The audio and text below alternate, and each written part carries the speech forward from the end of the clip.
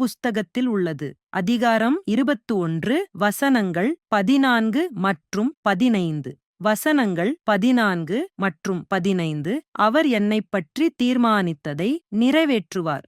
இது போன்ற பல காரியங்கள் அவரிடத்தில் உள்ளன. ஒரு 5 ஆகையால் அவருடைய சந்நிதியில் நான் அஞ்சுகிறேன். அவரைப் பற்றி சிந்திக்கும்போது அவரால் நான் நடுங்குகிறேன். தயவு செய்து சகோதரி, தேவ பயம் பற்றி இங்கே சொல்லப்படுவது எதை குறிக்கிறது என்பதை எங்களுக்குச் சற்றே விளக்கிக் கூற முடியுமா என்று கேட்டுக்கொள்கிறேன். மிகவும் நன்றி சகோதரி மரியா லூயிசா. ஆண்டவர் உங்களை தொடர்ந்து ஆசீர்வதிப்பாராக. தேவனை பயப்படுதல், தேவனை மதித்தல். பயம் என்றால் தேவனை மதிப்பதும் தேவனை சிறப்பாக கருதுவதும் ஆகும். தேவன் இருக்கிறார் என்பதை அறிதல் அல்லது குறைந்தபட்சம் அதை மதித்தல். அவர் சக்தி வாய்ந்தவர், அவருக்கே மானமும் மகிமையும் உரியது.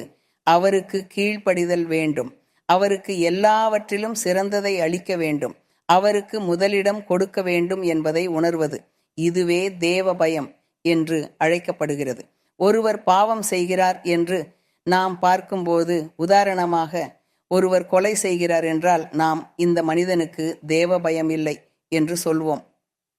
அதனால் நாம் சொல்ல விரும்புவது என்னவென்றால், அந்த மனிதன் தேவனை நம்புவதில்லை, தேவனில் நம்பிக்கை வைக்கவில்லை, தேவன் இருக்கிறார் என்பதை மதிப்பதில்லை. தேவன் இருக்கிறாரா இல்லையா என்பதை அவன் பொருட்படுத்தவில்லை. மற்றவர்களின் உயிரை மதித்து விலகிக் கொள்ள வேண்டும் என்ற மதிப்புகளும் அவனிடம் இல்லை. இதுவே பயம் என்று அழைக்கப்படுகிறது. பயம் என்றால் இதுதான். தேவன் இருக்கிறார் என்பதை நாம் ஏற்றுக்கொள்ள வேண்டும். அவருக்கு எல்லாவற்றிலும் சிறந்தது உரியது. அவரை மதிக்க வேண்டும். அவருக்கு கீழ்ப்படிதல் வேண்டும். நான் தேவனுக்கு கீழ்ப்படியாக வேண்டும். நான் அன்பு கொள்ள வேண்டும். நான் நம்ப வேண்டும். நான் போதனையை கற்றுக்கொள்ள வேண்டும். அவரை மகிழ்விப்பதற்காக என்ன செய்ய வேண்டும் என்பதை பார்க்க வேண்டும்.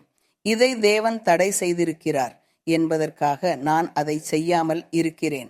அவர் இதையும் அதையும் தடை செய்திருக்கிறார், அதனால் நான் அதை செய்யாமல் விலகிக் கொள்கிறேன். இதுவே தேவ பயம். பயம். இங்கே யோபும் இதை பற்றியே பேசுகிறார்.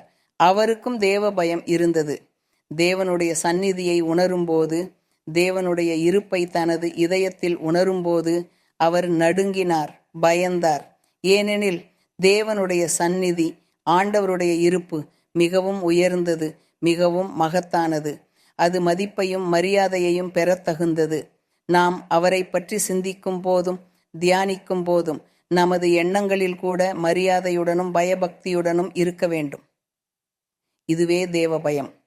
யெகோவாவை பயப்படுங்கள் என்று சொல்லப்படும்போது அது யெகோவாவை துதிப்பது, அவருடைய நாமத்தை மகிமைப்படுத்துவது, உயர்த்துவது, ஆசீர்வதிப்பது என்பதை குறிக்கிறது.